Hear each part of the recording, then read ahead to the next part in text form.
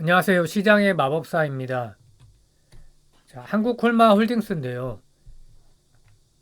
그 상승할 뭐 이벤트라고 하긴 그렇지만 하여튼 그런 게 발생을 해서 지금 분석을 하게 됐는데 뭐 지주회사죠. 자회사가 많이 있고 지주회사니까 한국콜마나 뭐 콜마 B&H에서 상표권 사용 수익, 경영 관리 수수료, 지분법 이익, 배당금 및 임대료 이런 걸 받는 거고요.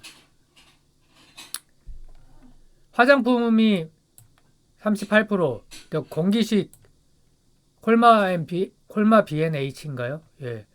그게 53% 매출 비중 더 크죠. 그 의약품도 있고요. HK 이노엔.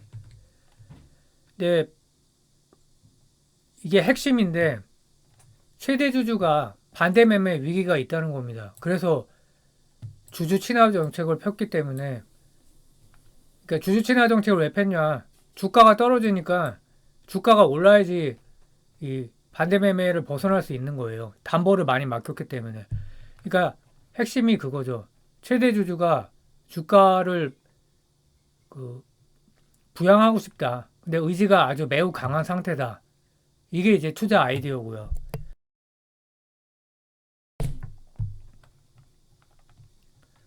그래서 7월 25일 최근에 공시를 낸 게 단기 순이익 50% 이상을 주주에게 환원한다. 이거는 되게 굉장히 파격적이고 연내 50% 무상증자, 뭐 또 분기배당 신설, 3년 내 50억 규모의 자사주 취득 및 3%내 분할 소각, 파격적이죠. 그리고 그 전에 이게 이제 4월 달에 한국콜마 홀딩스인데 지금 다루는 게 한국콜마가 이제 자회사죠. 지분을 매각을 했어요. 왜냐면 지금 담보대출 때문에 상환을 한 거죠. 그러니까 지분 2.41%를 219억 5천만 원, 처분 단가 39,744원 이렇게 블록딜을 했는데 만기를 앞두고 있었는데 상환 연장을 할 수도 있겠죠. 근데 지금 금리가 계속 올라가면서 금리 부담이 엄청 커진 거죠. 그래서 아예 이제 상환을 하기 위해서 파격적으로 지분 매각을 해서 윤상현 부회장이 한국콜마 지분은 빵포로라고 합니다. 근데 이제 한국콜마 홀딩스가 지배하고 있고 한국콜마에 또 지분이 있기 때문에 이제 지배하는 데는 문제가 없는 거죠.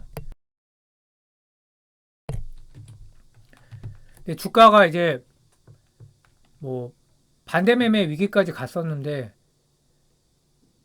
주가에 민감한 게 증여를 받았습니다. 그 한국콜마 홀딩스를 윤동환 부친인 윤동환 회장으로부터 증여받는 과정에서 증여세가 많이 나온 거죠. 그래서 주식을 담보로 대출받아서 그걸로 낸 거죠. 그러면 또 대출 이자도 있고 또 증여세도 연보 연납 이렇게 해야 되고요.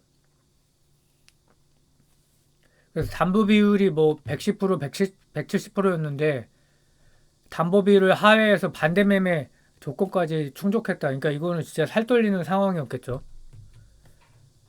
만약에 반대 매매가 일어나면 지분율이 지금 전체가 44.49%인데 14.76%까지 내려간다는 거죠.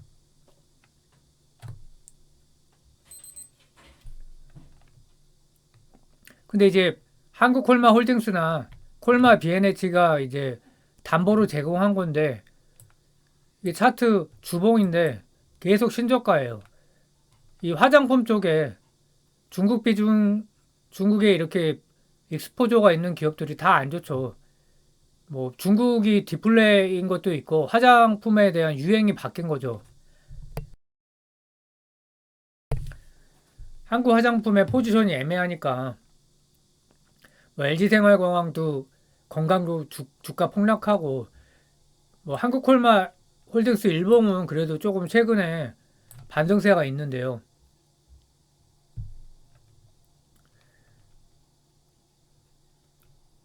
그 두 남매가 이제 담보로 제공한 게 반대 매매 위협을 받고 있다. 그래서 주가가 올라야 되는 거죠. 콜마 B&H도 그렇고. 그 만약에 이제 반대 매매를 당하면 14.76%인데 그거마저도 증여세 납부를 위해서 세무당국에 상당한 주식을 담보로 제공 중이다. 그래서 주가가 하락하면 담보가치 하락이 되니까 반대매매 리스크가 있는 거고요. 이증고가. 그 중에 하나가 이거고, 또 대출금리가 상승했으니까 이자가 이제 만만치 않은 거죠. 주요 주주를 보면 한국콜마홀딩스 윤상현 부회장이 가장 높죠. 남매 윤여원 씨. 그래서 첫 번째가 자사주 소각을 했던 거예요. 저도 이거 왜 했지라고 이제 당시에는 생각했는데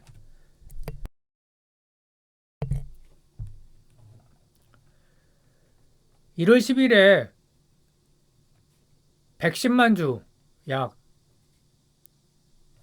537억을 소각을 했고요. 2월 28일에 19만 주 31억 정도를 또 소각을 했습니다. 그래서 총 발행 주식 수의 7.04% 소각을 했으니까 상당하죠. 이 정도면은 뭐 한 3, 4%만 해도 꽤 했다고 볼 수 있는데, 그래서 그리고 최대 주주가 그 윤상현 부회장이 최근에 이제 자기 개인 돈으로 매수를 했습니다.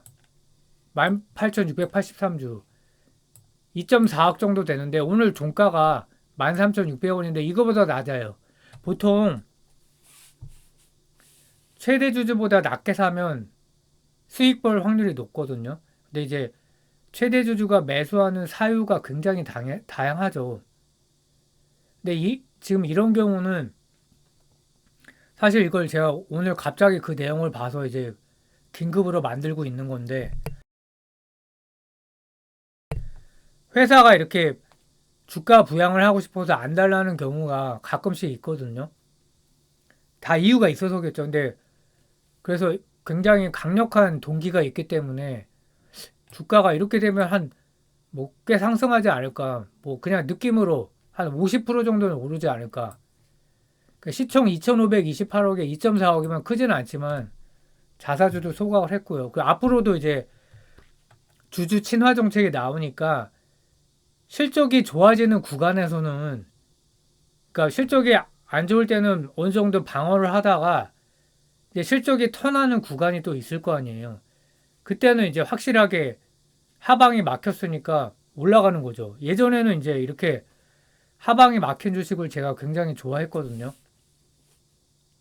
위메이드도 좀 그랬었고, 자산 주면서 테마가 있는 기업은 확실하게 먹을 수 있다. 그래서 큰 비중으로 실어갖고 좀 벌었던 적이 꽤 있었습니다. 그래서 뭐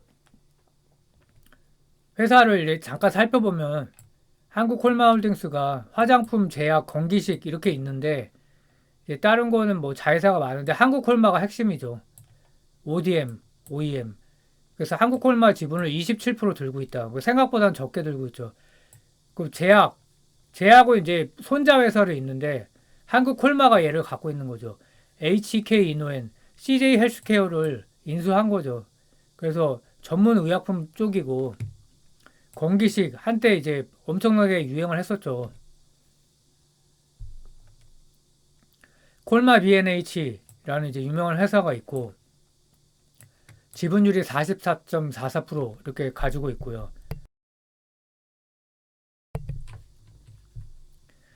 그래서 상장사가 꽤 있는데 일단 지배구조 최상단에 한국콜마홀딩스, 그 다음에 한국콜마, 콜마 B&H, HK 이노엔, 연우라는 이 뚜껑 화장품 용기 뚜껑을 만드는 회사인데 인수를 옛날에 했던 거죠.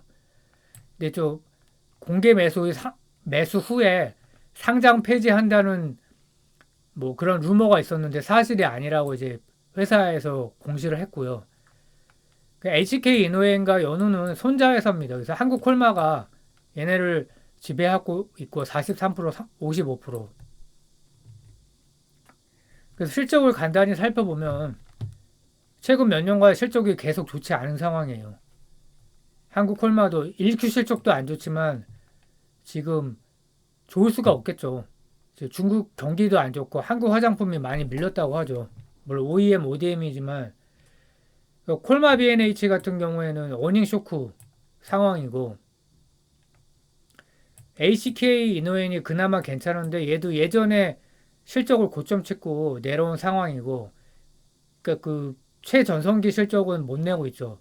연우는 뭐 굉장히 부진한 상황이고, 그래서 한국콜마호ldings 시총이 2,528억인데 냉정하게 따지면은 뭐 지주회사를 이렇게 애널리스트들이 분석한 거 보면 50%나 할인을 하더라고요. 2, 30%가 아니라. 그러면은 이 지분율 시총하고 지분율 곱해서 대충 계산해 보면 이 정도 나오거든요. 그럼 적정가인가 이런 생각이 들고, 그러니까 별도 지주회사 별도 실적 그게 이제 뭐 배당금 수입, 임대료, 뭐 브랜드 그런 거를 이제 하는 건데 보통 거기다가 PER을 5나 10 곱하는데 적자고 흑자일 때도 좀 실적 차이가 많이 나서 숫자상으로 이거를 이제 구하기는 좀 어려운 상황이고요. 그래서 결론이 뭐냐? 이게 이제 굉장히 핵심인데 굉장히 이제 뭐 저도 특히 중소형주에서 이런 경우를 많이 봤는데 갑자기 IR을 하는 경우가 있어요. 주가 상승이 간절한 경우죠. 그런 경우 조사해 보면 이유가 나오거든요. 실적이 좋아져서 오르기도 하지만 최대 주주가 지금 주가가 한 저점 대비해서 한 50% 정도는 올라야 안심할 수 있는 상황이기 때문에 안달이 난 거죠. 그럼 주가가 안 오를 수가 있겠는가? 물론 이제 당장 뭐 다음 달에 오르고 이거는 모르지만 주가가 하방은 확보된 거 아닌가 이런 생각을 하고 있고 대부분의 어느 기업이 주가 상승을 관심이 없죠. 왜냐하면 회사 이렇게 이익이 나면 거기서 연봉 빼먹고 그 다음에 주가 상승한다고 자기가 한테 특히 뭐 특별히 좋을 게 없죠. 자동으로 올라가면 몰라도 뭐 IR을 열심히 할 이유도 없고 특히 지주회사는 더 그렇죠. 더블 카운팅 때문에.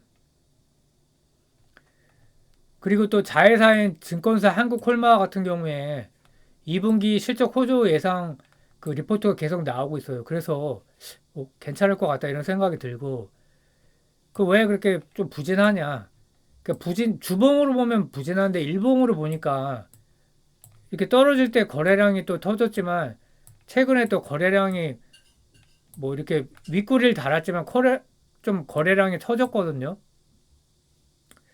그 나쁘지 않은 상황인 것 같다. 좀 주가도 바닥권이고. 그래서 오늘 다시 반등을 했죠. 2차 전지 쪽이. 글쎄요. 근데 에코프로 고점이 뭐 160만 원쯤 되나요? 저는 다시 가기는 이제는 어렵지 않나. 사람들이 의식을 하겠죠. 그럼 수급이 분산이 되니까 한국 주식할 때는 이런 것까지 생각해야 되니까 좀 짜증이 나죠. 근데 뭐 어쩔 수 없죠. 그래서 많은 지금 회사들이 피해를 보고 있어요. 수급이 몰려서 업황이 안 좋지만 안 좋은 것보다 주가가 더 많이 떨어진 기업이 굉장히 많아요. 근데 이제 다 오를 기업들이 굉장히 많아 보이지만 이렇게 주가 상승에 대한 그런 이유가 분명한 회사, 주가 부양 의지가 분명한 회사, 이런 회사가 더 확실하지 않나. 뭐 개인적으로 이렇게 생각을 해봅니다. 감사합니다. 날씨가 너무 더운데 건강 유의하시고 또 다음 주에 뵙겠습니다.